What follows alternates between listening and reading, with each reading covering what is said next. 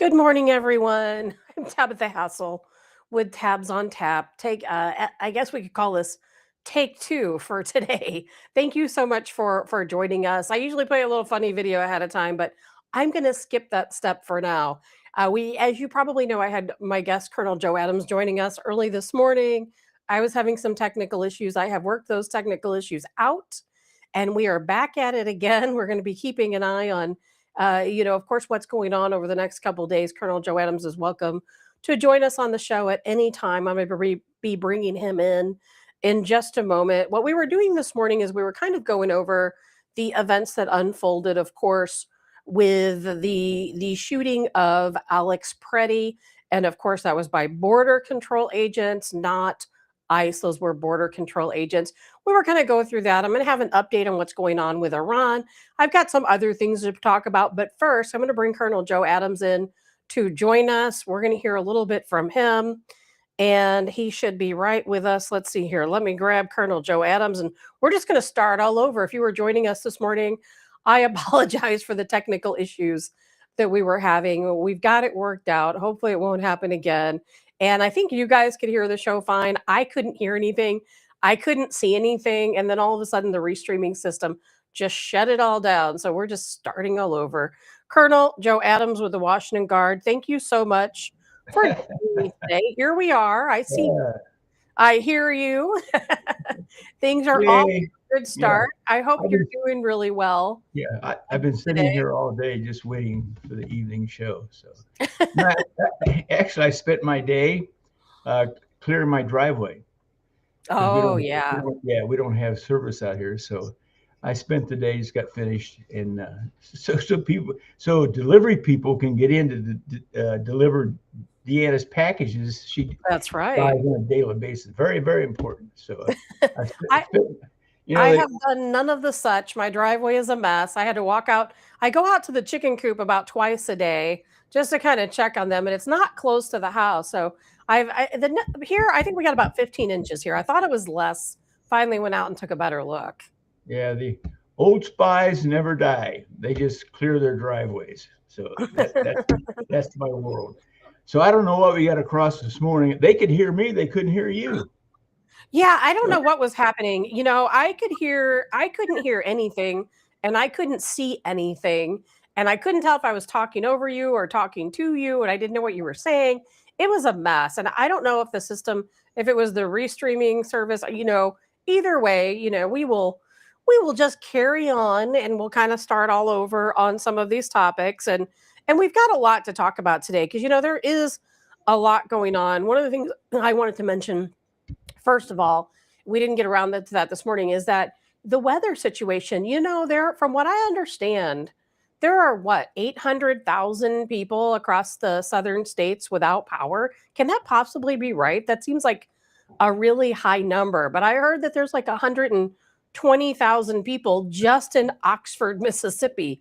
So maybe that's not such a big number. I mean, I just before we came on the show, I was just reading a news report about the Cajun Navy went out to help out a family, and I can't recall where that family was, but they went out to help this family, and they were burning furniture to keep warm. Now, you and we spent a lot of time talking about being prepared and what you need to do to be prepared, and I'll tell you, making sure you have an ample supply of wood for these types of situations is so incredibly important, because just think, here we have this family. And, it didn't look like they were poor. They had a decent house, and it just happened to be, they just had no other way to keep warm. And out of desperation, they were breaking their furniture apart and burning it. I guess you should buy extra furniture if you're not prepared. So, Right. And what a terrible situation. And that's just one family of so many facing some hardships through this crazy weather. We got it lucky here in our area.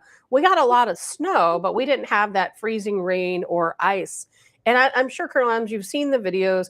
I mean, it's just knocking down trees left and right. I've been watching so many videos, and we lived through that here in the St. Louis area.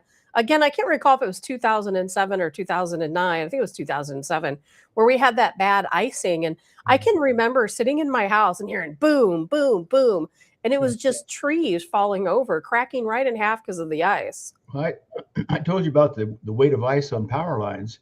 Yes. 2 inches, half an inch of ice is what, 500 pounds on a power line. So, yeah, we went through the same thing. We were getting ready to move into our house at the corner of Clayton and Hanley. It was under construction, and we had an ice storm there. And of course, the people who love their trees don't trim them back and don't take care of them. And it was just crash, bang, burn. And nobody had electricity. Nobody. And that's the corner of Clayton and Hanley. Right. And I love trees too, but you've got to take care of the trees because of future problems. They did not do that. And in fact, they were out without electricity for 2 weeks. Yeah, that's how it was at my house too. I lost electricity. I lived in a forested area, and I mean, there were just trees dropping nonstop. It's just a dangerous time, and I don't think most people are prepared, for this type of weather. So we will wish them the best. We'll certainly say some prayers for those folks down south dealing with these crazy situations. But you know what? Speaking of ice, ice is obviously the talk of the day, and I'm going to tell you something funny.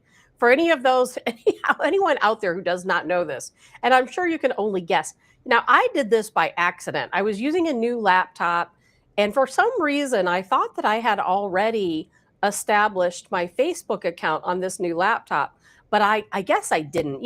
Sometimes no question, I can be a little ditzy, but I guess somehow, some way, I went into Facebook and it created a new account for me. I didn't realize it was a new account, and I logged on this laptop, and I'm like, okay, well, that's my name. There's no photos. But here's what's interesting. Because it's a new account and I have 0 friends or 0 connections on that account, all I'm getting is the general news feed coming through. It was 100% liberal posts. It was post after post after post. And that goes to show that if you've not used Facebook, you have no algorithms in the system.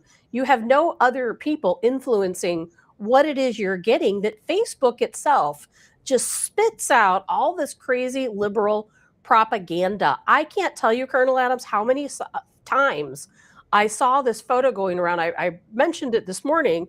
It's an AI photo that shows ICE, or I should say Border Patrol agents with their gun to the head of Alex Pretti. And I'll tell you, and they're saying, oh, it's execution, it's this, and this, but it's a completely doctored AI photo. One of the officers doesn't even have a head.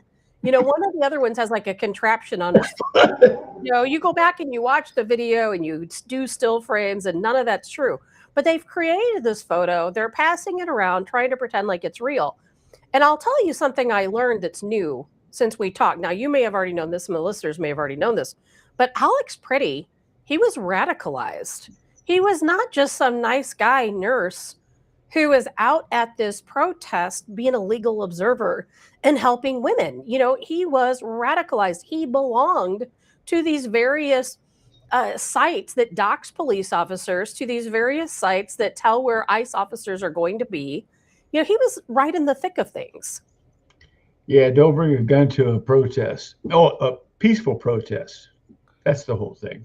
Well, what's been peaceful about it? That's what I'd like to know. Have you seen any peace in Minneapolis? No, not really. Not really. But I'm gonna warn somebody. Have you seen the new revelations about this signal thing? The signal encrypted thing? I have seen it, and I was planning on talking about it. We can talk about it now, and then we'll talk about the shooting. But I'll tell you, I have seen it. There's some really big names mentioned. There's no question that Governor Walz knew about it. For anyone, most people know what Signal is. If you don't, it is an encrypted, app that you can use to message people privately. Yeah. And if you believe that, I got a bridge to sell you in Brooklyn. Let me explain something. How when I used to work, okay? See this thing right here? Anything on there, they've got. I don't care what it is. Oh, no question. So when I was with the agency, we would develop programs that people would buy into, and we already had a back door. Now, the thing is, did they develop a back door to Signal? I think that the thing was developed with a backdoor, I'm sure it was. and we'll see. But if you, when I go to Mark McCloskey's house, we all know who Mark is, great patriot. We're not allowed to bring the cell phones in the house. If this thing's even near you, everything that you've ever said or did over this phone is up in was Colorado Springs in a computer. Everything. Everything. Everything. You're right, Colonel Adams. Everything. I don't think people understand that truly, truly, unless you live off grid in a cabin with no power, no cell phone, somehow covered where there's no satellites that can look down on you, everything every single thing you do is known. Not that necessarily somebody's watching you 24/7, but these apps, there's Signal, there's Kick. Kick was also one that they said was protected and no one can get into it. Then all of a sudden you see this big murder case and guess what? They found these encrypted messages on Kick. Signal is no different. This is probably the third, instance in which I saw a Signal leak. Now, sometimes it's somebody who they let into the chat ends up being a whistleblower. Sometimes I think the FBI, other organizations are able to get in there. But like you said, there is no safe place. Why is it that people can't bring their cell phones into the Pentagon? They have a lockbox, as you know. You walk into the Pentagon, you go through a main hallway, which there's nothing there that's secretive. You go to your area, and then before you can go in the door to where your office is, to where there's any secret information, you have to put your phone in a lockbox, and you take the key, and then at the end of the day, you get your phone back out of the lockbox. Why? Because your phone listens to you 24/7. It watches you 24/7. Why don't people understand this? Well, and while your phone's in a lockbox, it's being scanned. So there you go. Anything on these phones is intercepted. Now, why is that? Because our government's spying on us? No, good intent. The Patriot Act. Yes, because of the Patriot Act. Bad guys use this, and that's what all this is about. It's not about spying on Americans. It's spying on questionable people, maybe inside the community.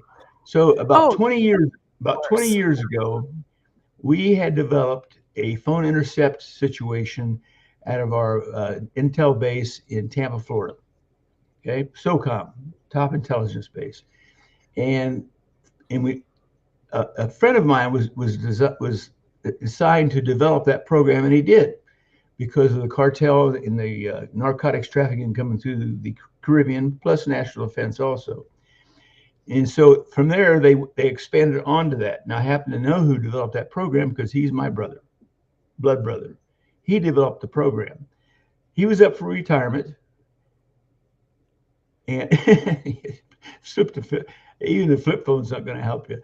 So he developed the program, and then lo and behold, he retires as a colonel from the Marine Corps and goes back to work in the same office for twice the pay, working on nothing but cell phone interception. And that's when it started about 20 years ago. They got it down to a science. But people, if you have something to hide, I don't care. They know who I am. Let them listen in. A few of them were here this last weekend, so it's okay. But if you have nothing to hide, who cares? Well, exactly. I have nothing to hide. I post everything on social media. So obviously I don't have anything to hide. John Wick said, what about Telegram? John Wick, I can assure you Telegram is absolutely compromised. And not only is it compromised, but Pavel Durov, the person who, of course, created and manages Telegram, has already sold all of our information. He did that a while ago when they took him to prison. And so, until he did, they were going to hold him there. And so that information is certainly out there. And Colonel Adams, I know I'm not going to go down this rabbit hole right now. We can have a whole show about it someday. But, because of the Obama's Patriot Act, not only, and think about this is old technology. Them being able to listen to us on our phone, take photos of us on our phone, that's old technology. Them being able to use your television to turn that camera and microphone against you, that's old technology. So what do you think they have now? Whatever you can imagine. When I worked for the Central Intelligence Agency, one of the first days in class when I was brand new, they said, if you can think of it and imagine it, we've already got it. So go with that. And by the way, the Patriot Act was George Bush, not Oh, it Obama. was? I thought it was Obama for some reason. Well, It's thank you for correcting me. after 9/11. Yeah, 9/11. Now, also, John Wick wants to know, should he go back to the flip phone? I'll tell you, John Wick, and speaking of Obama, there was a phone, and I bought one just for this purpose that Obama used, and it was called the BlackBerry World Yeah. Phone. And allegedly, it was the only cell phone at that time that could not be hacked. It didn't have a camera, it didn't have any GPS tracking software, it didn't have any location devices on it. And I still have that phone somewhere. I have no idea where. But you can still go online and buy those old versions of the BlackBerry World Phone. Who would think anybody would be using a BlackBerry these days? But people still say that a BlackBerry phone is the best phone for evading technology. Come on. That's what the CIA told Obama. Okay. So Now that could be the case too. I don't know. I haven't looked up the research in a long time, but I'm sure there's something new out there. But speaking of technology, Colonel Adams, I don't know if you saw this latest news, is that obviously you hear all these reports. We've talked about it before. The technology we used in Venezuela, a lot similar to the Havana syndrome, different types of, I don't know if it's microwave, sonic waves. I don't really know what they were using. But did you know that, and this to me is new news. You might have known about this already, but we are now told that when we were conducting that mission in Venezuela, we used some type of technology to turn off the missiles in Russia and in China. So we effectively used some type of technology to turn their missiles off. And that's pretty serious. I don't know. I know a little bit about that, but don't you think they have countermeasures to convince you that you did turn them off and they did not? Come on. I mean, I would think so, except for that Putin spoke out about it, and I kind of heard about what's funny is I heard Putin's statement first, and I'm like, okay, what is going on? He must have heard about, the technology we were using against the Venezuelans army. And then all of a sudden I saw another statement, I think it was made by Donald Trump, who talked about this technology and how fantastic it was. And then Putin's statement made a lot more sense to me. Putin gave a public address to his country, and he said, we're behind the times. We have to institute smart technology. He's funding all of this research into smart technology. I really think it's possible that we did this. I really do. Well, why would Putin, I don't know. Why would Putin admit to that? That's an indicator. I don't know. No, he wanted people to think that. No. He would never go public and say those things if it was. Well, true. he didn't say that he never said that we disabled his missiles. He didn't say that. Now, Donald Trump said that we disabled the missiles for Russia and for China. Putin, the day before Trump made that announcement, is when he gave the public address, and wasn't very specific. And of course, a lot of it was in Russian, so I understood what I could understand. But he did state that that they're behind in the times. He didn't realize they were so far behind in the times, and that they have to dedicate funds towards smart technology, or get left behind. And I actually thought Russia was doing pretty good with their geranium drone and their Oresht missile. You have to ask yourself, why would he admit that?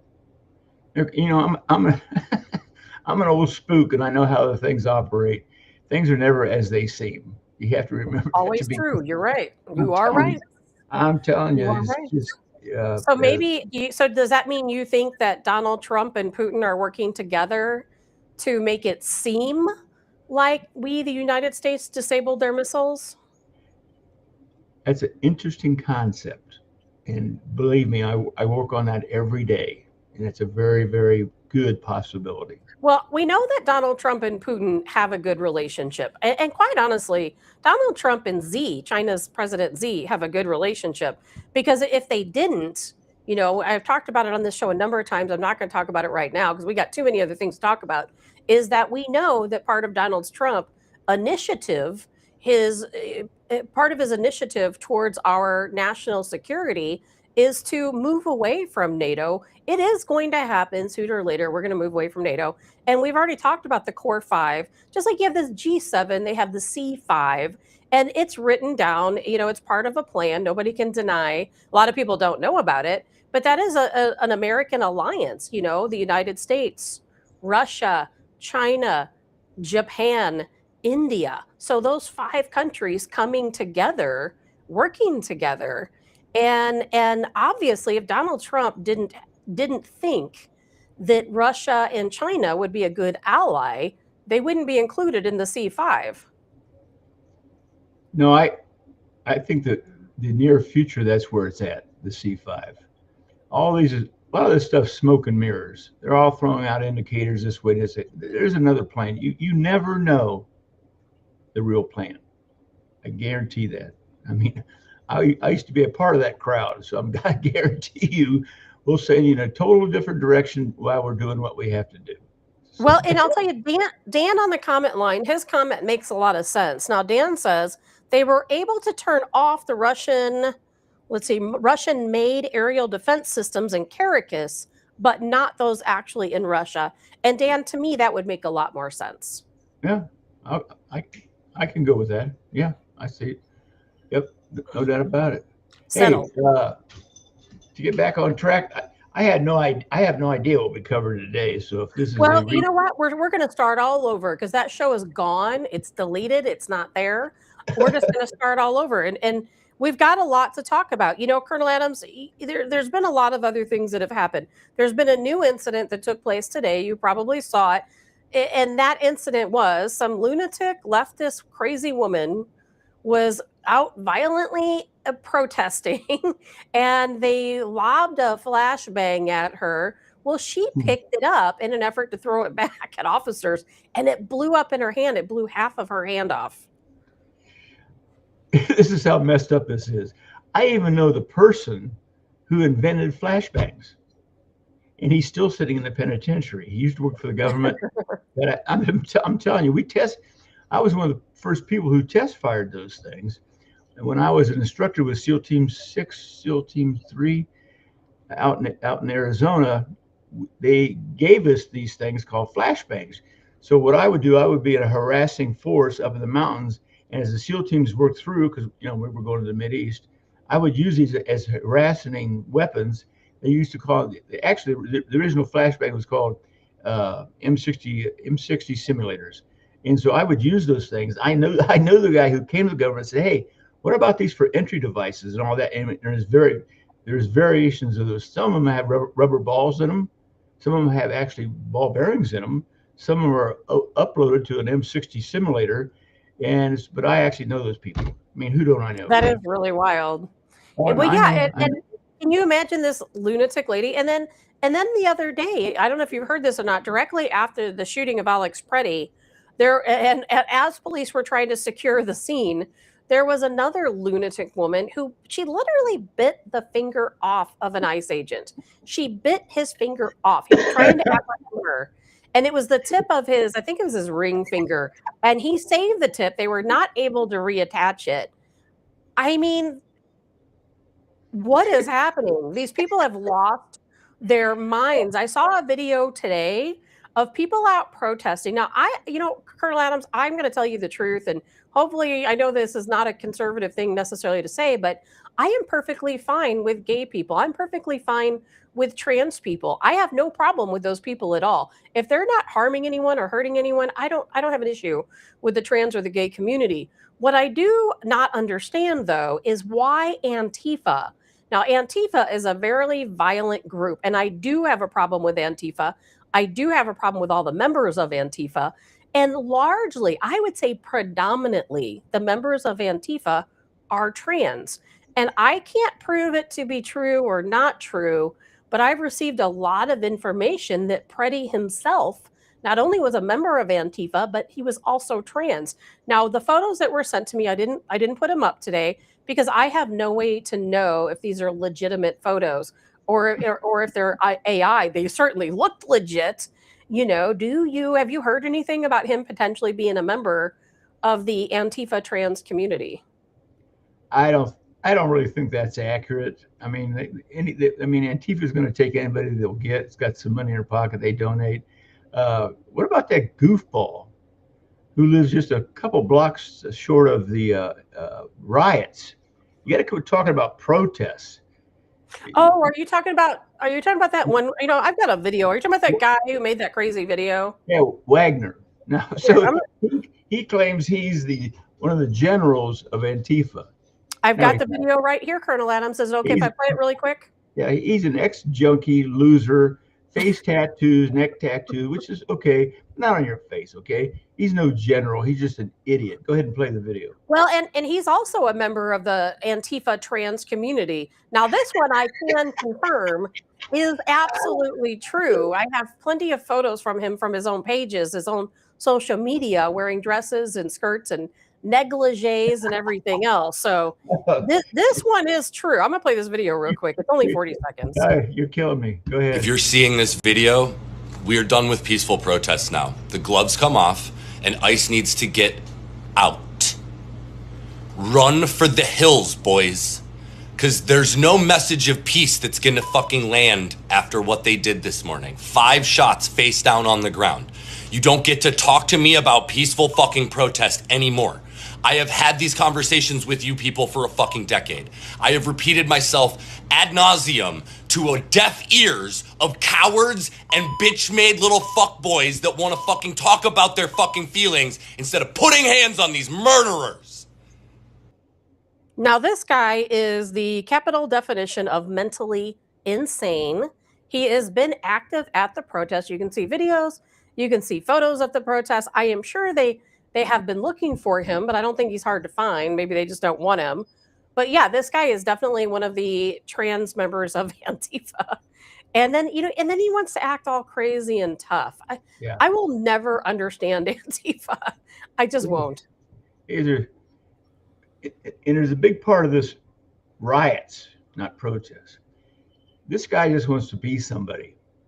I mean, obviously he's a loser, total loser. I was going to run him today in the background. I didn't even bother. I don't have to. I've seen these clowns show up on the border when I was with Border Patrol. No, everybody needs to be a part of something. And a lot of these people on these riots up there, it's a happening. Back in the late 60s and early 70s, they call it the happening. What's happening? Let's all go to that. And part of that mentality is this: they're convinced, they're told that they're doing the right thing. They just want to be a part of something, and it's gotten out of hand. But forget this protest stuff. When they say for the most part peaceful, no, it's not. No, it's not. This is an insurrection, and it should be dealt with that way. But a lot of these people just want to have something to do and to say, I'm a part of something. It's a part of human nature. I understand that. It is. And I think, and I talked about this years ago when Antifa, on some radio show I was on when we first started hearing about Antifa. Now, Antifa kind of rose up partly from the various communist parties like LPL, the Revolutionary Communist Party. There's a new, I think they call them America's Communist Party now. There's some newer ones.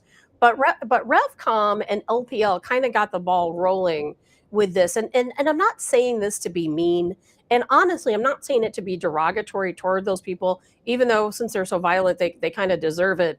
But a lot of these people you see out that are Antifa members, they were people who were loners in school. They were the misfits. They were the people who got bullied and picked on. They're the ones who aren't sure of their identity, not only their sexual identity, but their identity in any aspect. And I think that these, and again, I'm trying to be very careful what I say, but I think the oddities in them, and I don't mean that in a derogatory way, just the quirks within them make them all band together.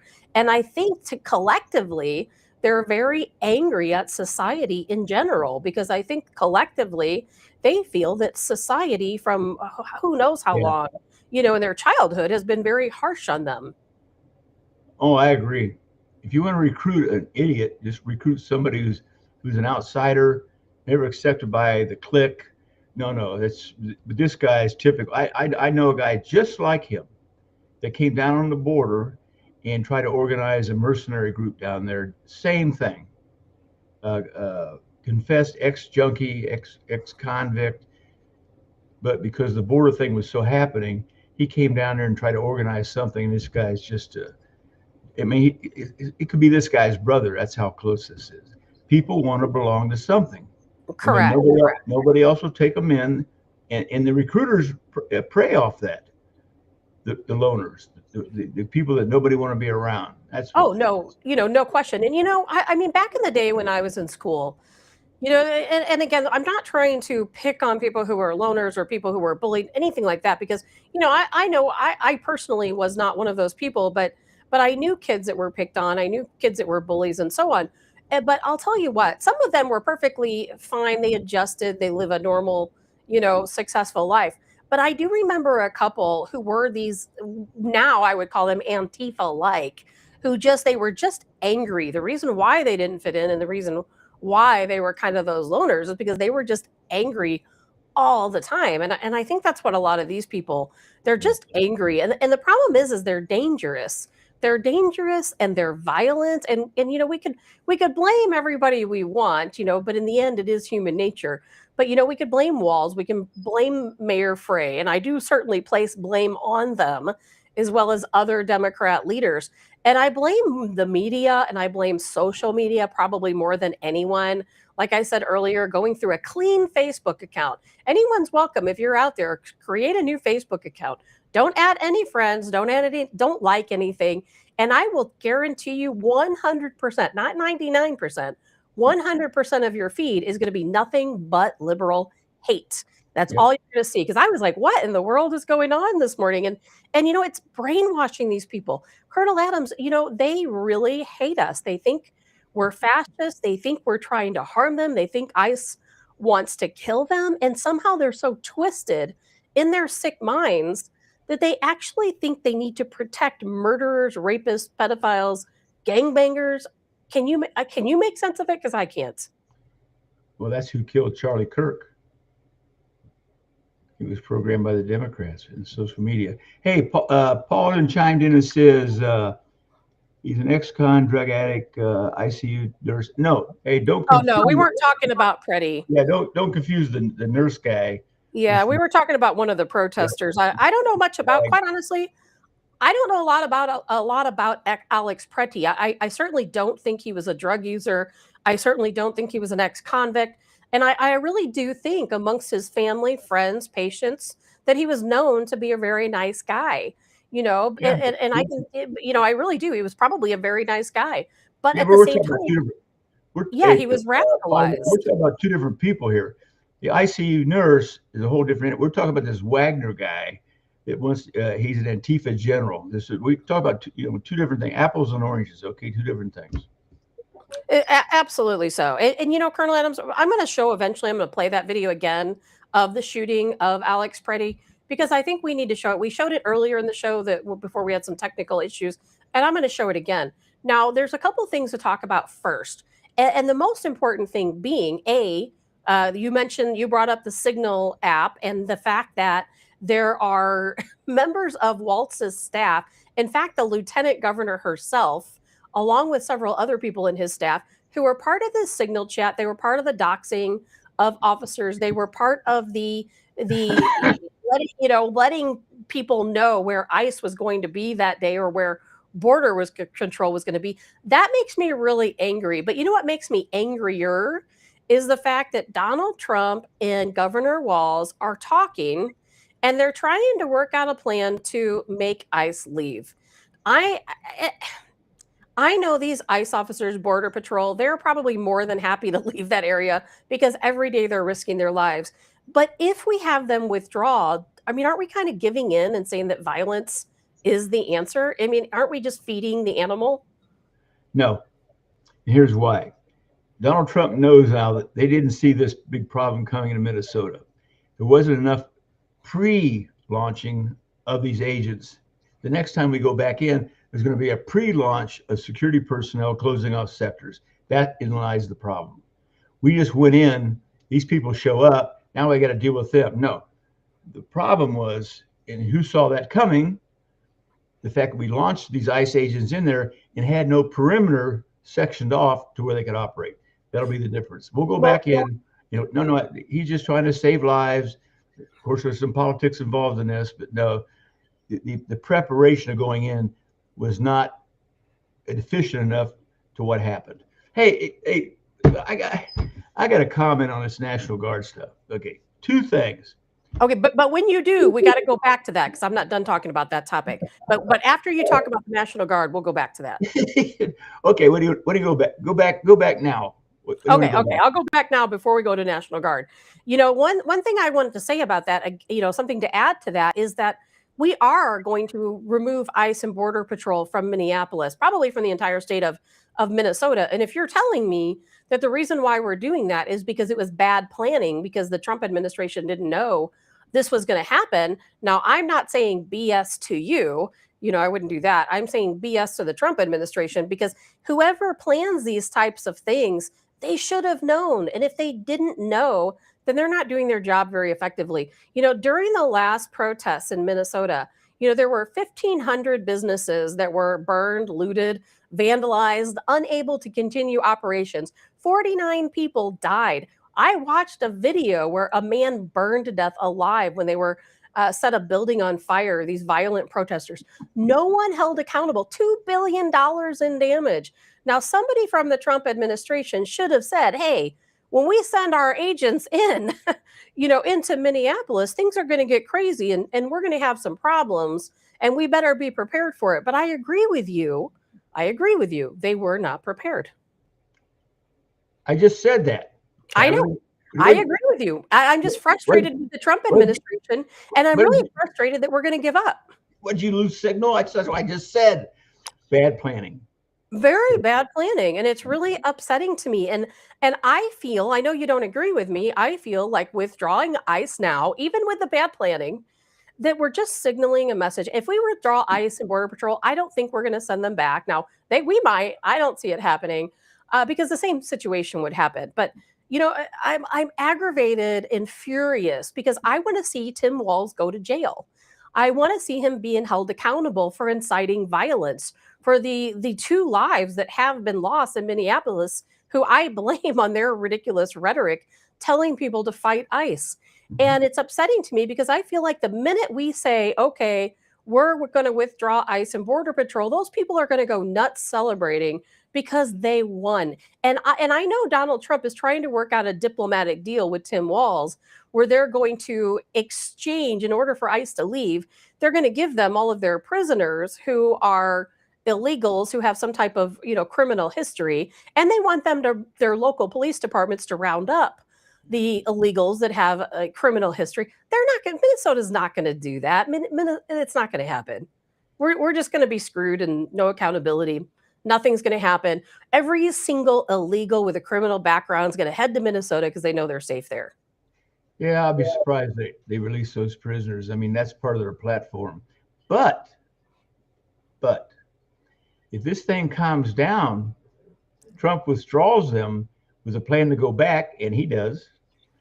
All of a sudden, the conversation gets real quiet.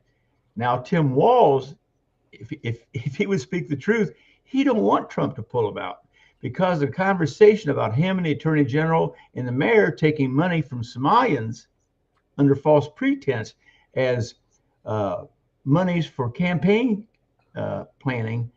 All of a sudden, when things get quiet, we go back to Tim Walz. Tim Walz would rather have Trump keep troops there to keep the conversation down. And all of a sudden, when everybody leaves and it gets quiet, guess what comes back? Back to the conversation of the corruption within the Minnesota government. Well, good. Let's bring it back up, because we're going to have to do something, because Antifa and all these violent protesters, they're going to see this as a celebration. Now, I know that Kash Patel has since come out and said, he made this big video conference, that we know who the funders are. We know who's funding these violent protesters. And of course, they're like, we're not funded. We're out here because we want to be. No, they're paid. They're funded. But again, I haven't seen any instances of accountability yet under Trump's term that I can think of. No instances of accountability. So are we going to actually do something this time? All I can tell you is the Trump administration, there's 5 main Democrats. They've got the money transfers to them under fictitious names, and that's where I lay it. I know who those 5 are. I'm not at liberty to say who they are, and everybody knows them. Well, yeah, we all know who they are. It's just that we've always known who they were, right? There's nothing new. But the thing is that we've always known who these folks are, these different people who own these NGOs, and obviously Soros at the top of the list. But there's so many others, but there's never been accountability. Look at back in the prior Minneapolis riots. Like I said, $2 billion in damage. 49 lives lost, 1,500 businesses destroyed. And we knew then who was funding, because we apprehended the people who were receiving the funding. We knew who funded it. Not one person was held accountable. And we know as of today, officially, that the intelligence services have broadcast the fact that this is not just riots in Minneapolis. This is a nationwide organization funding, promoting, and planning these events nationwide. Correct. It's here. Today, and it's not new. It's been happening for decades. Oh, we know that. Yeah. But today, when I came in on smoke break from doing my driveway, I heard that and I said they've never said that before. Now they're disclosing it. This is a worldwide, but nationwide, United States, a planned operation. These things aren't by accident. These are all planned out. No, when I see the accountability, we'll have a separate show and talk about it, because I don't see it happening. And I'm sorry to be negative. God knows I love Donald Trump. I love the Trump administration. I've not seen any accountability yet. You know what? You wanted to talk about the Minnesota National Guard. Let's do that. And, as I did earlier this morning, I'm going to show, I've got a video. What's that, Colonel Adams? How embarrassing. Yeah. I've got a 29-second video. We're going to play that really quick, and we're going to talk about what a disgrace this is.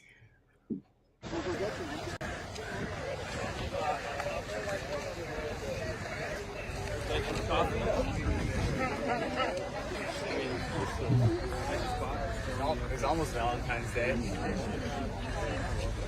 We get a shot of it, so.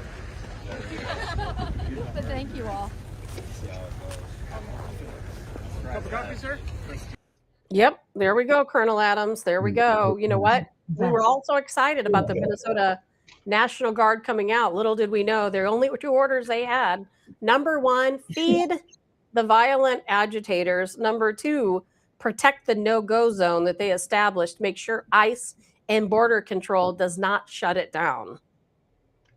Well, I said this morning, and I'll say it again, that I'm really surprised they didn't issue the National Guard pink vest versus yellow vest. So there's two facets to the National Guard thing. One, for the most part, the National Guard came in unarmed. Now, the National Guard is not sent out by the governor of the state for nonviolent protests. So by him acknowledging that, of course, he blamed it on ICE, and they sent him out unarmed. Now, he also beat Donald Trump to the punch, because if Donald Trump called out the National Guard from different states, he could call out the Minnesota National Guard, right? So instead of Donald Trump calling in the National Guard from Minnesota, the governor does it first. But I feel sorry for the National Guard, because that's humiliating. I would not ask my fellow Marines to show up for a riot duty like we did in Washington with vests to say, here we are, and pass out donuts and coffee. How ridiculous. He's embarrassed the National Guard. They have to be embarrassed with this is not a part of their mission statement to show Correct. up to a mostly nonviolent protest and to hand out coffee and donuats. Now, you called it a mostly non-violent protest. I didn't call it. No, mostly. No. Did you misspeak? Their definition of this. Oh, I see. I got The you. governor's definition of this is mostly a nonviolent. That is not in the mission statement for the National Guard. Natural disaster, civil unrest. Where does it say donuts and coffee? No, sorry about that. It's horrific, but I'll tell you something that I have a little pride in to talk about, and that is of our Minneapolis Police Department. Now, O'Hara, I played a video from O'Hara earlier. I'm not going to play it again because there's no point. Police Chief O'Hara came out and made that statement earlier that It doesn't matter if there's an investigation because everybody's made up their mind, which is Yeah, true. But I'll right. tell you what, the Minneapolis Police Department, they're right in line with us. You know how they had that instant at the hotel where was it a home to home or something like that? I can't remember what it was called, hotel. And they knew that the agents were staying there, federal agents. The violent mob showed up, vandalized the place, broke in. It just destroyed everything. You got to see the videos and the photos for yourself. Just destroyed everything. There was one federal agent who came down and stood guard to keep everyone out. And now, at the time last night when I last saw, he was the only guy out there. Well, in our sleep, my sleep, eventually the Minneapolis police responded in full force. They had over 100 Minnesota police officers there from even, I believe, from outlying areas. And they really went hard on those violent protesters. They ripped their mask off. They arrested a bunch of them. They really meant business because and I know the Minneapolis police officers, most of them, the large percentage of them, they couldn't wait for this moment to get their hands on these violent idiots. Yeah, I feel sorry for those cops. Well, they're not going into work. If you go, I looked at the report earlier today about the Minneapolis police officers not going into work. They're divided up, of course, by communities as it is in most larger areas.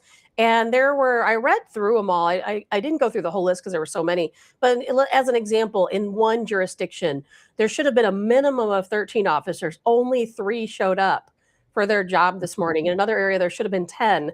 2 showed up. They're just not going into work. They don't want to play politics. They want to go out and they want to serve the community and they want to protect the community. They don't want to cater to these morons. You remember the old term for that? What they used to call it? The blue flu. I can't come today.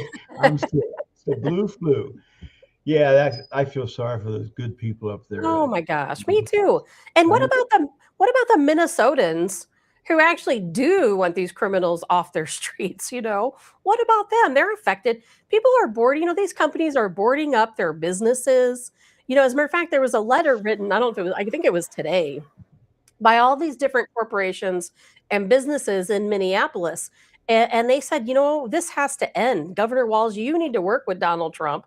You need to work together and end this because we're getting a financial hardship. Oh, yeah. People aren't purchasing things from us. Trucks can't come in and out. It's shutting down businesses. Yeah, what decent person would go down there? And they can't block off a street and they break every law and they all should be arrested, and they're not being arrested. It just gets worse. It's collective. Anyway, I feel sorry. Hey, you want to talk about that the gun that Pretti was carrying? Let's do that because as we know, Alex Pretti, he did have it was a Sig Sauer, and we talked about this earlier. Obviously, we had some technical issues, so nobody got to hear that conversation. So, Colonel Adams, as we know, there's an entire Reddit site dedicated to it. This gun is known for misfirings, right? Accidental firings. Yeah, I told you it was a contract gun. So, what Sig went in with her salesman is, I don't know who they talked to or which departments, but they convinced these police departments, hey, we'll produce this gun. It'll be less than what you're paying now. We'll replace the guns, maintenance and all that. Well, guess what? They screwed up the design. So the SIG is what they call strike fire, okay, like a Glock. It's a long pull. The safety is in the trigger squeeze. So I don't know what they come out with, probably 8.5, 8, maybe a 7-pound trigger squeeze, which is ridiculous. But that's why if the police officer's got his finger on the gun and he's whacking somebody with it, it didn't go off. Well, somewhere in the design, SIG messed up. In fact, when SIG eventually acknowledged the fact that they've sold all these guns to these departments, they have a malfunction and they should be sent back to SIG for fixing, or go to a competent gunsmith like Automatinska in St. Louis and have this problem fixed between the disconnector and the sear. So, but here's how bad it is. On one case that I read, a police officer had it in his holster and his arm hit the gun and it went off. Huh. Now, why they didn't recall all those guns at SIG obviously it's financially, but they're out there. Nobody buys a SIG 320, P320. Not me. I've never owned one. Don't want one. I don't want one in my around anywhere. Go to the gun show. You can buy them for $200 because they're junk. Now, obviously, this kid that had this, I call him a kid because I'm going to be 76 next Friday. This Friday. Okay. See, I'm getting old. I can't remember my birthday. So this kid did not know that weapon would malfunction. And they malfunction on a dozen different ways. He brings this. Here's the bottom line: if you're going to go to a gunfight, don't bring a SIG P320 because they're junk and they're cheap, which is why they're junk. So it sounds like, as the officer who grabbed the gun is walking away, the gun went off. Right, and we're going to play that video. You know, right now investigators are looking over body cam footage, trying to determine who shot when, how many times they shot. You know, we have the body cam has not been released. But before we play the video, and we're going to go over the officer removing that gun, you know, in the video, one thing I want to add, Colonel Adams, is that according to the Department of Homeland Security, it doesn't matter that he was legally authorized to carry this gun. It doesn't matter that he had an open carry permit or a concealed carry permit. Sorry, there's no open carry in Minnesota, but a concealed carry. It doesn't matter because when it comes to protests, demonstrations, the Department of the DHS, Department of Homeland Security, says they are not allowed. They are forbidden from coming into one of these situations. And I'll tell you what, people want to turn around. This is a big liberal talking point that, oh, Kyle Rittenhouse, he had a weapon. The difference is, and I know you know this, Colonel Adams, I'm preaching to the choir here to all of our listeners. Kyle Rittenhouse was hired to work at a friend's business. He was protecting a business. He was not out protesting.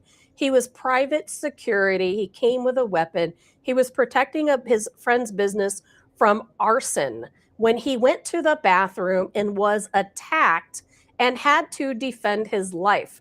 That is a very big difference from this guy and many like Alex Pretti, who brought not only a weapon, but 2 fully loaded magazines, no ID. Now, why didn't he have an ID on him? You know, he came there with, I honestly do think he was radicalized. I do think he had ill intentions. A lot of people aren't going to agree with me, but I do. Why? You know, it's a big difference when you're protecting a business versus arming yourself to literally fight with federal agents. There'd be no other reason for him to arm himself except for to use that weapon against federal agents. Well, one, he had a crummy weapon.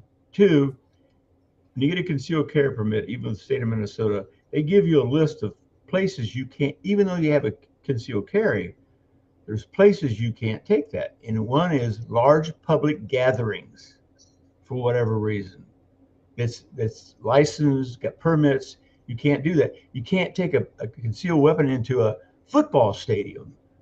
It's a public event, and they ban that. Now, I pretty much ignore that, but I'm just telling you the rules. So he broke the law by even bringing that gun to that location, and it's a felony. Now, in some of those instances, let's say you pull up to a bank and it says it's got a sticker on the window, no guns, right? No guns. Well, thank you for telling the bad guys that nobody inside has a gun. Now, right. If I would go into a bank with a concealed carry and they called the police on me for some reason, which they don't because everybody loves me out here, all the police can do is say, excuse me, sir, you have a concealed carry. You obviously didn't see the sign. You have to leave or take the gun outside. That's all. Now, if you don't have a concealed carry and you're caught on premises with it's marked, no, they can't arrest you, period. So, but my philosophy is when you see those signs, is it where you want to carry a gun-free zone? What does that tell the bad guys? You think the bad guys who probably can barely read, if they're Somalian, they can't read. So you think they're going to obey that rule? No. Well, of course, I mean, criminals are never going to obey the rules. Now, here's the thing with Alex Pretti, and we could only guess because we don't know. But why would you imagine he would come to a protest? He had no wallet, no identification. All he had was a weapon, and his two magazines of, fully loaded magazines. Why would somebody do that? Why wouldn't he have an ID? Was he scared to lose it? Was there a different reason?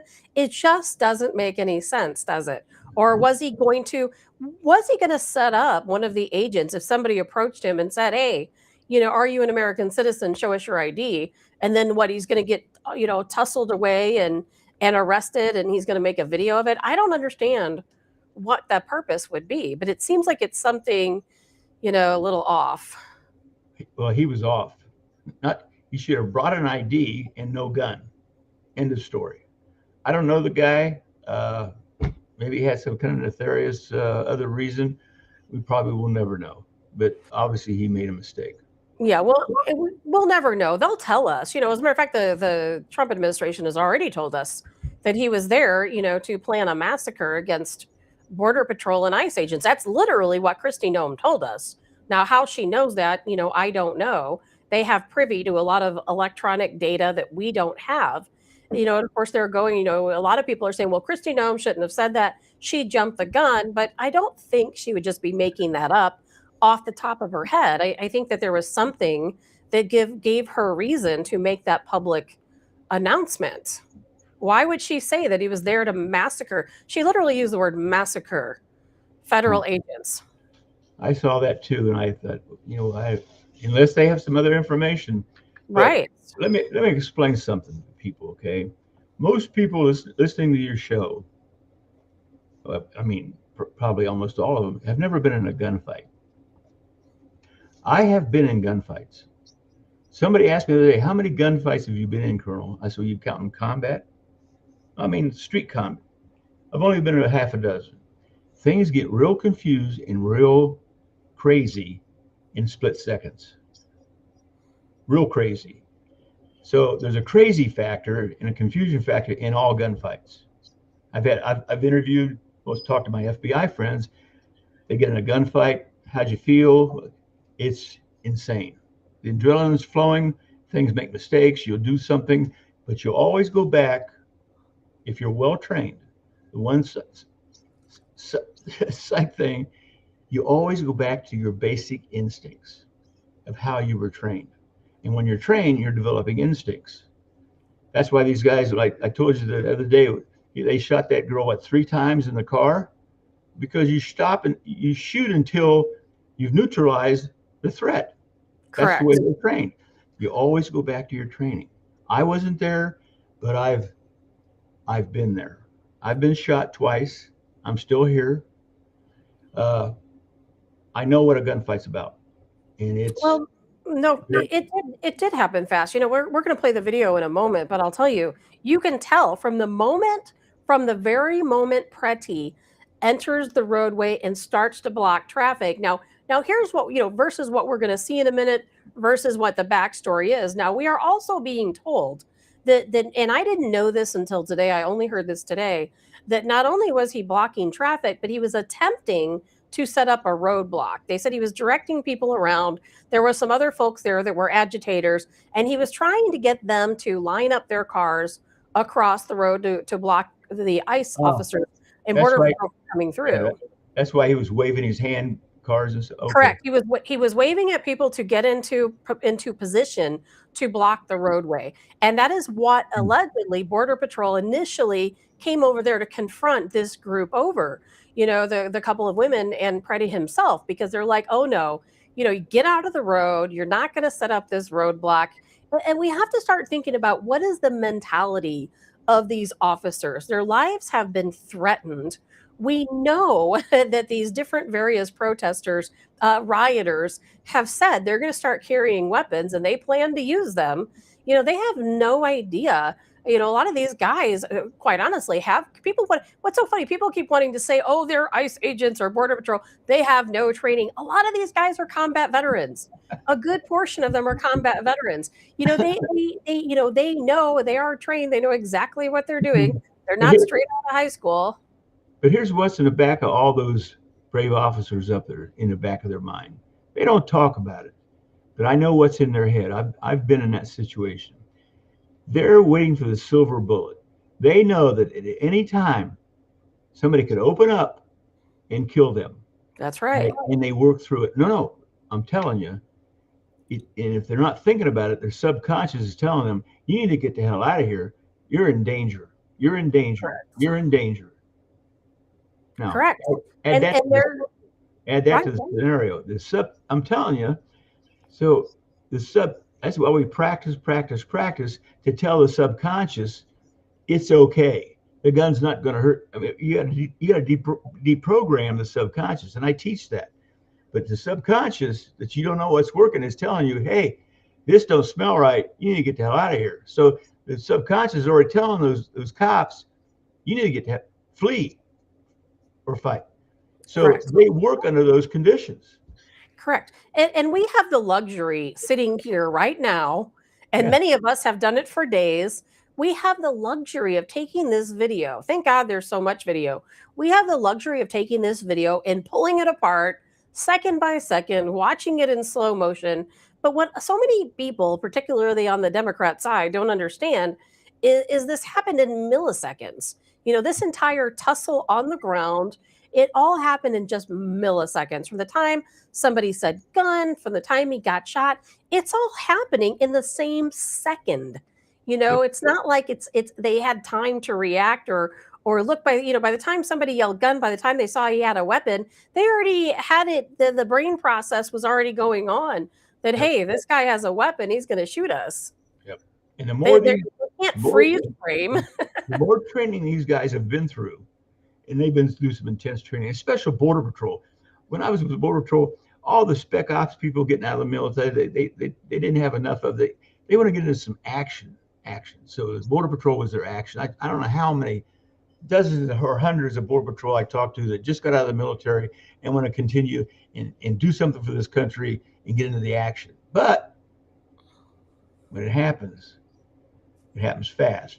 They did not go and grab that guy and throw him on the ground to kill him. It just, Correct. That's what happened. That is the last thing they wanted to do. That is the last thing they wanted to do. Because I've told you before, when you shoot somebody, which I have, you have no idea of the paperwork that you have to fill out.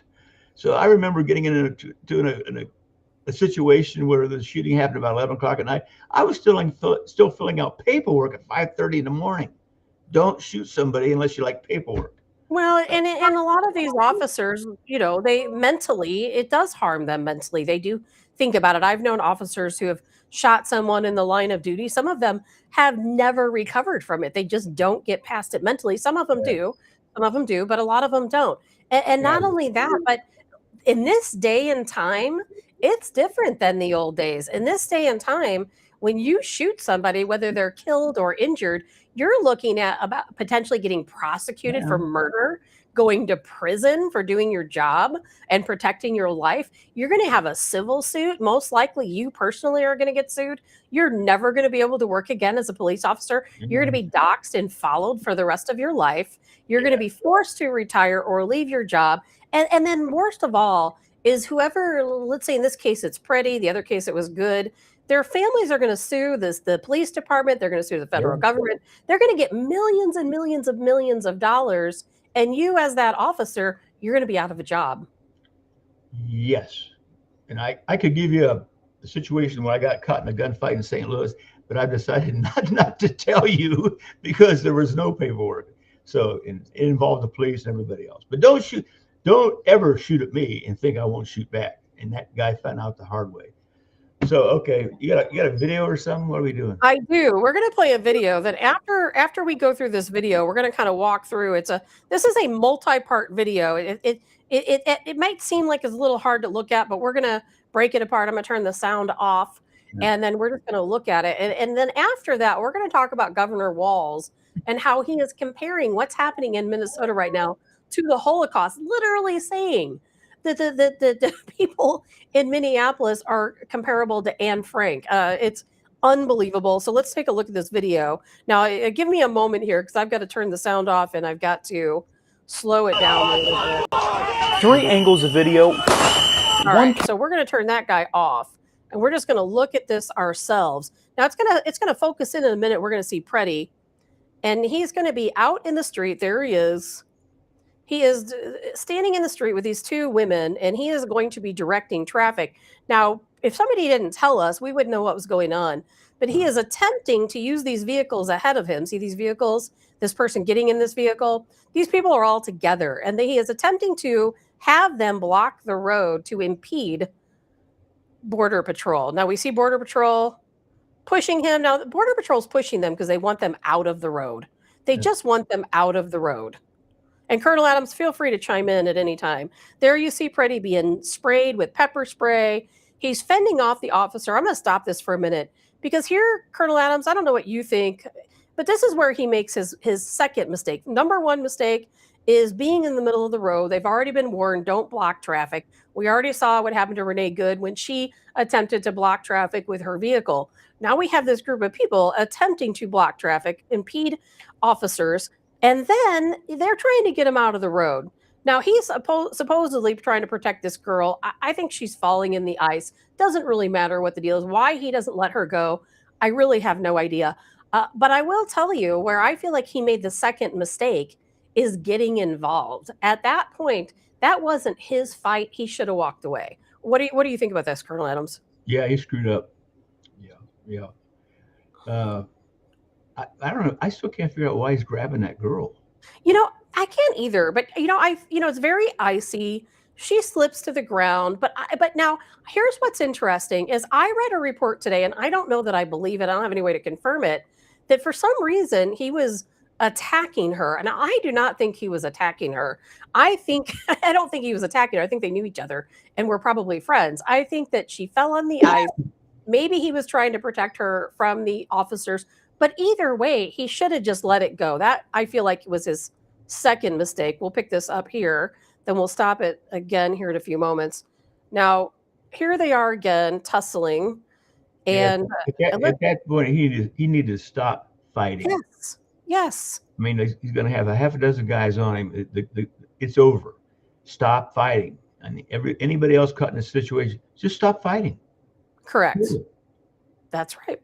And you see the officer up here standing up in the gray. He's going to lean in, and you're going to see a very clear shot of him unholstering the weapon, taking the weapon. And a couple of officers, as you pointed out earlier, a couple of the officers take off running, including him. He takes the weapon, he runs, he actually puts it in his vehicle and takes a photo of it. We've seen that photo circulating. He is the one that did that. So let's go a little bit further here. There. Yep. So yep, there. We see him. Yeah. And Colonel Adams, what do you see here? What do you see happening? The jacket came up, weapon exposed. Simple as that. Yeah. Yeah, he's they're tussling around on the ground. Yeah, he sees the gun. Yeah, that's the first time I've seen this. Yeah, in fact, he runs the furthest away. Yes, he does. He actually runs behind another car. Now, here's the question, and this is where this video gets very critical. So we see the officer, and that is an officer in the gray. We see the officer, as you stated, Pretti's shirt in this tussle comes up. That exposes his weapon. So we see somebody, at this all happens, by the way, within milliseconds, all within the same second, simultaneously. This officer in the gray, he sees the weapon. You see him undoing the holster. You see him taking the weapon out. Somebody's yelling gun. This is all happening at pretty much the same time, within milliseconds of each other. But then, and I'm going to play this once. I'm going to go back and play it again with sound. But there is a narrator on there. We'll also hear. And so then what we need to discern, and I've watched this video 1,000 times, it's hard to watch everybody's hands. But you do see that after that gun is removed from the holster, Pretti does free his arm and he does reach back. And I feel like he reaches back maybe a teeny tiny millisecond before the first shot is fired. But others say that's not true. So let's take a look.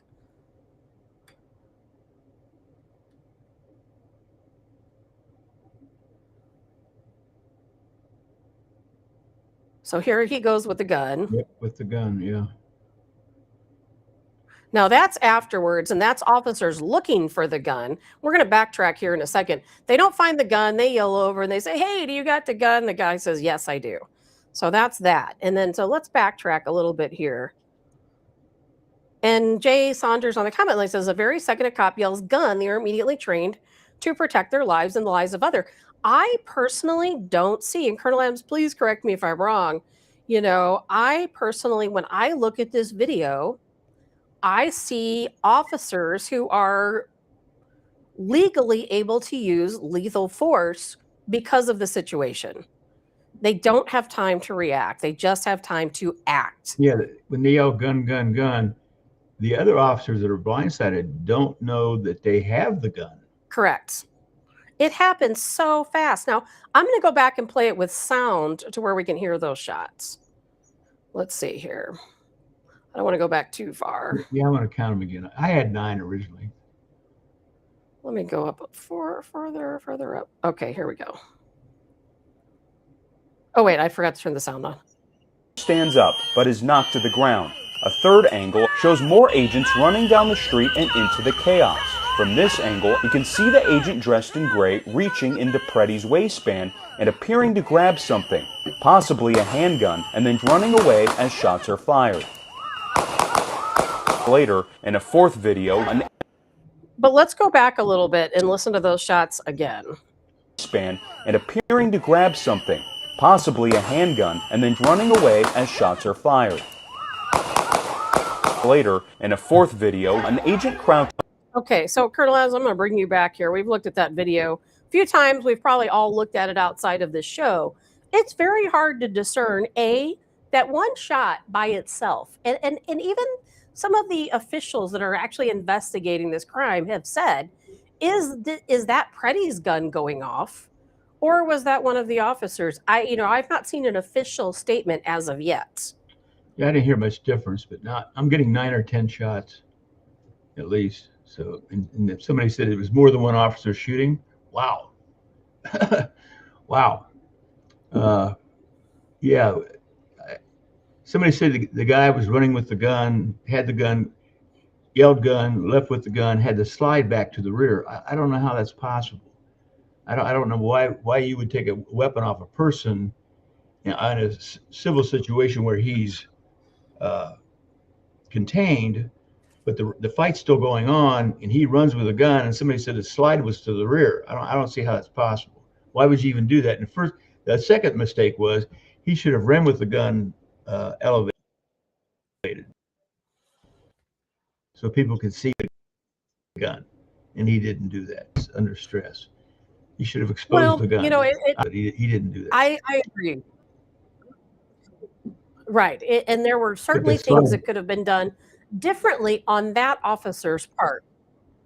Instead of grabbing the gun and running, I'm guessing he assumes that they saw him take the gun and run, but they didn't, because as you see, they're still looking for the gun under his body. And I think the reason why they continued to think that he himself had the weapon, and I don't know what Pretti grabbed. I have looked at 1,000 different videos and 1,000 different photos, and you have to be very careful, because as I said earlier, there's a lot of AI manipulated photos out there that show different things in his hand, and every AI is going to imagine a different item, but he did reach back, and it does seem like he has something in his hand. And this was at the same time, as we hear the shots, but I don't know what that item is, or if it's just if it's just so shadowy that he really doesn't have anything. But either way, he did free an arm, he did reach back, and that is why in the end I do believe he was shot. And the officers thought that he still had his weapon because they're looking under his body for that weapon. Right. Bad communication. Jay chimed in and says part of my CCW. Or maybe they're looking for a second weapon. Jay says part of my CCW training was absolute compliance to the police. Absolute. I mean, last time I got pulled over, exactly, and the police officer walked to my truck. I could put the window down, and I got my hands like this on the truck, like my back of my hands on the steering wheel. And he goes, "Keep your hands where I can see them." I go, "I know the procedure." And then what he said to me was, "Really? How do you know the procedure? Like I've been arrested before." That's what I said, no. I said, "I've been through the police academy. I understand it. And I do have a weapon right there, and I am not reaching for it." So yeah, the kid screwed up. He just should have gave up. And you get a half a dozen big fat cops on you, you might as well give up, okay? Well, But why that guy ran away with that gun, I think that was just adrenaline. He just automatically did that. He removed the gun from the scene.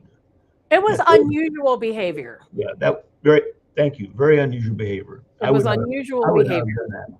I don't think that most officers would have done that.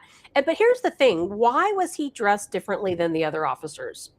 He had on a gray jacket. He was not. Now, somebody out there knows the answer to that. I don't. Dirty laundry. Yeah, he was dressed differently than the other officers. And I don't know if he was a different type of officer. Maybe he was a commander. Maybe he was, I don't know who he was or what his role was. No, they got real slack up there because it's so damn cold. They're all living in hotels or whatever, dirty laundry, whatever. But as long as they got the vest on and their badge and everything, they're fine. Yeah, but are they allowed to wear a coat over? I mean, I've never seen one of these Border Patrol agents or an ICE agent wearing a coat over their uniform. But this guy has a coat. It's a great coat. He has a coat on. I don't know. And I don't know why. And I'm sure we'll find out why. Well, we haven't heard the initial statements yet. The investigation is not yet over. Minnesota has asked that they preserve all evidence because they want to, of course, take a look at it. Also, we'll probably let them do that. But here's the thing, Colonel Adams, you stated it perfectly. We can analyze this video day and night. And ultimately, it comes back to the same situation that you have to comply with law enforcement. The problem is we have people like Tim Walz and Mayor Frey telling these people that ICE and Border Patrol are the enemy and that they don't have any ruling over, the citizens of Minnesota. And therefore, they've literally told these agitators to fight against the oppression of ICE and Border Patrol. So what do you think is going to happen under those circumstances? But had this guy, God forbid, just complied when they first told him to get out of the road, if he would have just put his hands up or moved off to the side and just let that girl deal with the police officer, if he didn't obstruct, none of this would have happened. Well, psychologically, there's a lot of shuffling going on here in this pileup in the fight on the street. And Jay said it right. He chimed in. Let's see, what did he say? When a police officer hears gun, they immediately transition into survival mode. Correct. What gun? Is there another gun? Has he got the gun? All they hear was gun, right? Immediately that subconscious kicks in for their training. Now we're in survival mode. Correct. It's a different mindset. It can be very scary. I have found myself at times at the other end of a weapon. There's been a couple of times when I've worked and, we're searching somebody or what have you, and somebody produces a weapon. I've had instances where we will tell somebody, hey, this is a certain type of situation, whatever it might be that I'm working, that you cannot have a weapon. You'll have to take that weapon back to your vehicle. You'll have to put it somewhere. I don't care if you have it legally, if you don't have it legally, you just can't have it here. And people will pull their weapon out and they'll say, you make me, it can be a very volatile and very tense situation. And I have found myself in that situation 3 different times, not as many times as you have, but 3 different times, very quickly trying to de-escalate a situation. And there's a lot of things that run through your mind, in those moments. Now John says regarding Walz, why was Walz never investigated by state or federal authorities a year ago? He appointed Vance Bolter, who claimed Walz ordered him to assassinate his political foes' motive and ties. I agree. And you know what? And I'm not sure, John Wick, if you're talking about the same thing as something I was reading about today. And that is, there is a whistleblower, and maybe that's what you're talking about. A whistleblower has come out and said that Walz, this is the first time I heard this, Walz was the center figure in attempting to get Donald Trump assassinated in Pennsylvania. Now, I've heard that it was Shapiro, but in Pennsylvania. But now I'm hearing it was actually Governor Tim Walz. Now, how crazy is that? And this is real news. I'm not making it up off the top of my head. I'm going to be talking about that a little bit more in tomorrow morning's show. Has Well, anybody else heard that, or am I well, the only one keeping up with this stuff? I will tell you how evil Tim Walz is. Tim Walz sends in the National Guard, unarmed for the most part, to give out donuts and coffee, and he wishes somebody would shoot a guardsman and they couldn't figure out who it was. Oh, yes. Yes, Who do he you think does. gets the blame for that? Tim Walz would waste a guardsman just for his agenda. That's how evil he is. I saw him as this little, dwarfy, nerdy guy. And I always thought, man, why, outside of him just being compliant to everything leftist, allowing all of the fraud to take place, that's why they asked him to be the VP.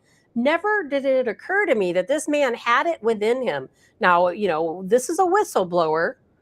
I'm going to talk about this on the show tomorrow morning.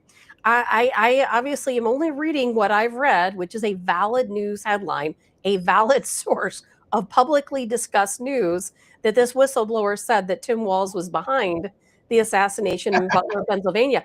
And at first I kind of laughed about it. I'm like, seriously? He doesn't I have the hope. propensity for that, but maybe he does. Maybe he Would that does. be cool? That would be really cool. I was. I can hope. Nothing surprises me in these evil people's politics. It was the craziest headline I think I've read in a long time. Now, if somebody would listen to this, if somebody would say they believe now that Hillary Clinton was behind it, you know what? Everybody would believe it. Correct. And speaking of Hillary Clinton, I am continuing to hear that the House absolutely intends to continue after Hillary and Bill Clinton and finding them in contempt, and that they do actually face potential jail time. Now, it's another situation. I'll believe it when I see it, but the Trump administration is going to continue to pursue them. And that's, of course, because they refused to testify in the Epstein case. Not going to happen. Not going to happen. No way. So Sherry, no, they got so much on the Clintons. What did I say at that last banquet? Hillary wants to ban all the AR-15s, and I say we ban Hillary because she's killed many more people than any AR-15 has. I mean, no, that's the way it is. The Clintons are untouchable. They're not going to put them in jail. They can get censored, whatever that means. They can get impeached, whatever that means. All this is just words. The jail door slamming behind them is the only thing they don't understand. It's not going to happen. Somehow they're going to cut a deal with the Democrats and Congress. It won't happen. I agree. Like I said, I'll believe it when I see it. Now, Dave in St. Louis, I may have to correct myself. Dave in St. Louis says the guy who killed the senator said Walz told him to do it. Now, that I know, Dave in St. Louis. And the whistleblower said it was Biden and Zelensky that ordered the assassination attempt in Butler. I'm going to go back. I just read that before we came on the show today. I may have misquoted it. And of all days, I don't have my cell phone with me. I left it on the charger across the room. So I can't go back and look at the photo that I screenshot to talk about tomorrow. Sherry says the same thing. The guy who killed the senator said Tim Walz wanted him assassinated by Amy Klobuchar. Yeah, and I do know these things, and we have talked about that on a different show. I'm going to go back. You know what? I'm going to go back and look at that headline again. I didn't have time to look at it. It was right before we came on the show. And I'm going to go back. I'm going to take a look at that. We're going to talk about that in the morning. Maybe it was Biden and Zelensky, but I thought for sure it was Tim Walz that was listed. But I just might have Tim Walz on my mind today. Wow. I'll tell you what, though, Tim Walz is guilty of. We'll take a look at that quote of mine, maybe a misquote, and talk about that in the morning. Tim Walz, though, did literally, I've got a video of it, here that I can play. Tim Walz literally did say and is comparing what's happening in Minneapolis to the Holocaust. I think this is the clip. Allow our children to go back to school. We have got children in Minnesota hiding in their houses, afraid to go outside. Many of us grew up reading that story of Anne Frank. Somebody's going to write that children's story about Minnesota. And there's one person who can end this now. And so he goes on to blame Donald Trump, of course. Now, here's the thing, Colonel Joe Adams. I'm not telling you anything you and our listeners don't know. How can this guy compare the Holocaust or Anne Frank? How can he compare that to what's going on now? The children who are hiding in their homes, if they're hiding in their homes, then their parents must be a criminal who's in this country illegally. How can you compare that situation to the Holocaust? Unbelievable. The sad thing is a certain percentage of the community will believe what he said. Of course they will. What an idiot. Of course they I mean, will. like, what does that have to do with the Nazis trying to kill all the Jewish people? What apples and oranges? This is two different things. He just It's just more brainwashing. He's mentally ill. The people who are part of his group, they're all mentally ill. There's no other way to describe it. I don't remember who said it on the comment line earlier. We need more institutions. I couldn't agree more. Let's round these folks up and let's do. I wouldn't want to physically harm anyone. I'm not in favor of harming anyone. But you know what? The people who are out there violently protesting, violently rioting, who are damaging, destroying buildings, assaulting people. I can't tell you how many videos I've seen where they're trying to pull people out of their vehicles and assault them. They're punching in the windows, trying to open the doors, and they're assaulting people, innocent people driving by. These people are mentally insane.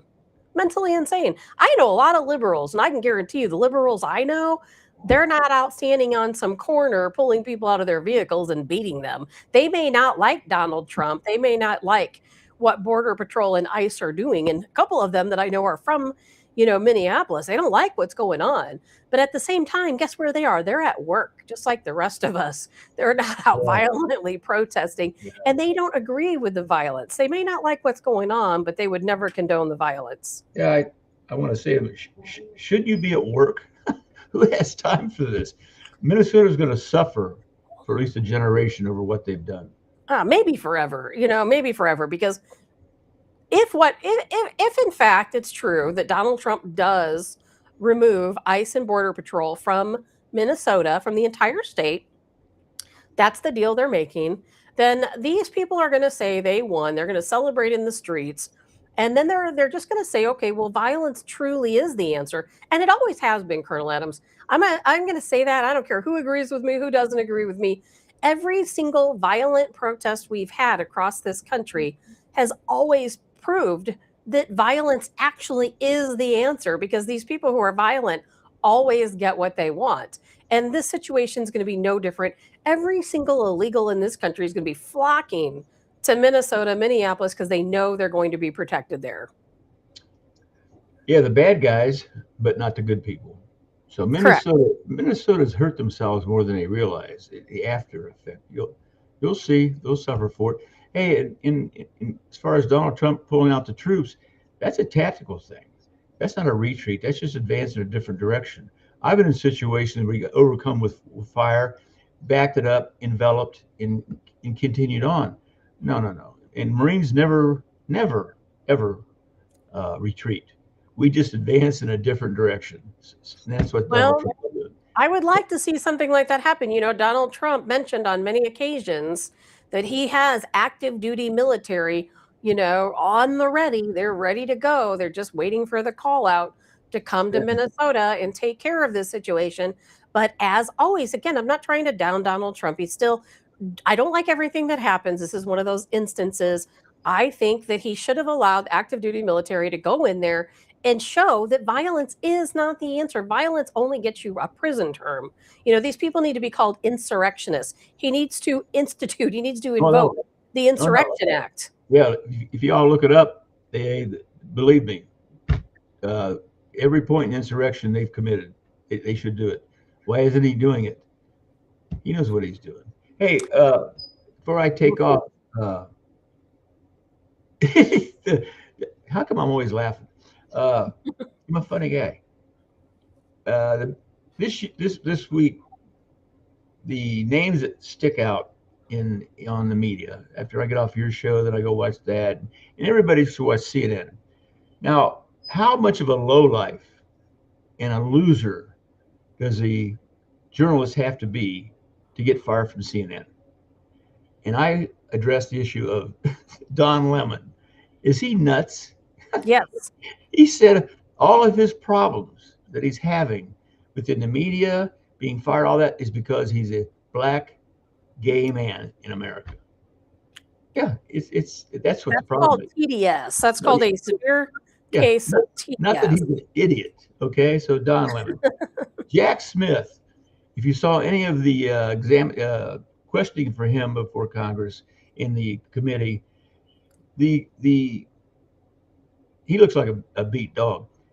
The Democrats spent more time interrupting the Republicans' questioning of Jack Smith than they actually did talking. The Right. Republicans did, it was every time they would and then the guy would say, "Okay, I want my time back. You spoke too long." Just total disruption, right? Very unprofessional. And who was the other? Oh, and Soros' son, right? Abedin. Hey, Alex Soros. yeah, whoever sent that in this morning, thanks a lot. I couldn't remember her name. I brain fade. So, is this a coincidence? But the Muslim Brotherhood has a queen, the female top tier, right? And that's that Aberdeen girl. Aberdeen. Somebody corrected me this morning. I couldn't remember her name. Well, she's the one who just married George Soros's son. George Soros' son has now officially bought into the Muslim Brotherhood. Now, Oh, and I'll tell you why. What a tremendous way to launder money. My and that's So- what it's all about. It's all about laundering money. In closing, I just want to say whatever the Dems have to do to stop Donald Trump, it's going to continue. It most certainly will. We need to get past that. All right. It most certainly will. Tab, can I go walk my dog? Yes, thank you so much, Colonel Joe Adams. That's Colonel Joe Adams of the Washington Guard. So patient with me today, having technical issues this morning, jumping back in with me this evening. As you guys know, we don't usually do evening shows, but hey, maybe it'll be a little fun. Thank Yeah. you so much, Colonel Joe Adams. I hope you enjoy the rest of your evening, and Yeah. I will look forward to talking to you soon. All right, sweetheart. See you Monday. Thank you for joining us. All right, that's Colonel Joe hey, Adams.